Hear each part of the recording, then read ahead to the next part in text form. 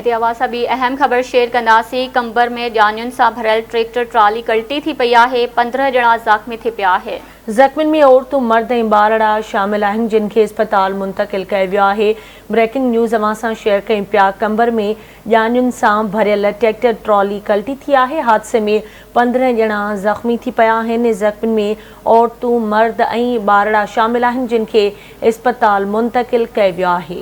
जी नाज़रीन, हिकु भेरो ॿीहर अवां अहम खबर शेयर करे रहिया आहियूं। कंबर में जानियुनि सां भरियल ट्रैक्टर ट्राली कल्टी थी पई आहे। 15 ॼणा ज़ख़्मी थी पिया आहिनि।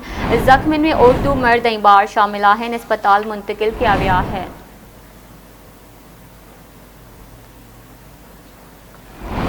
एक भेरो ॿीहर अवां खे आगाह कयूं पिया। अहम ख़बर आहे, कंबर में जानियुनि सां भरियल ट्रैक्टर ट्रॉली कल्टी थी आहे। हादसे में 15 ॼणा ज़ख़्मी थी पिया आहिनि। तफ़सील मालूम कंदासीं।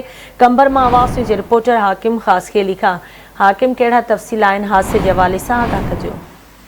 जी, कंबर शहर 12 राजवा भरिसां ॾंज सां भरियल ट्रैक्टर कल्टी थियण जे नतीजे में 15 खां वधीक ॿार, औरतूं ऐं मर्द जेके ज़ख़्मी थी पिया आहिनि, जिन में साजिदा सवेरा, बसमा गनवा, इमाम ज़ादी, अज़ीमा वज़ीरा ऐं सुमेरा नज़ीर मुकेरी, अली गुल मुकेरी, सनम ऐं आसिया शामिल आहिनि। ज़ख़्मियुनि मां 10 सालनि जी बख़्तावर ऐं 50 सालनि जी शहज़ादी जी हालत जेकी आहे उहा गणती जोगी ॿुधाई वञे थी, जिन खे बर वक़्तु इलाज लाइ कंबर जी इस्पताल में आंदो वियो। उन सिलसिले में ज़ख़्मी थियल अली गुल मुगेरी मीडिया खे ॿुधायो त नज़ीर मुगेरी जी शादीअ जे सिलसिले में असां कुंवार खे विहारण लाइ ॻोठु हूंदो ख़ान मुगेरीअ मां ॻोठु ॿई दड़े ट्रैक्टर ट्राली ते वञी रहिया हुयासीं त ट्रैक्टर जे ट्रालीअ मां जेको आहे ओचितो जेक निकिरी वियो ऐं जंहिं सबबु हादसो पेश आयो आहे ऐं समूरनि ज़ख़्मियुनि खे जेको आहे कंबर जी DHQ इस्पताल में दाख़िल कयो वियो आहे। जी ठीकु आहे हाकिम, अवां जी वॾी महिरबानी तफ़सीलुनि खां आगाह करण लाइ।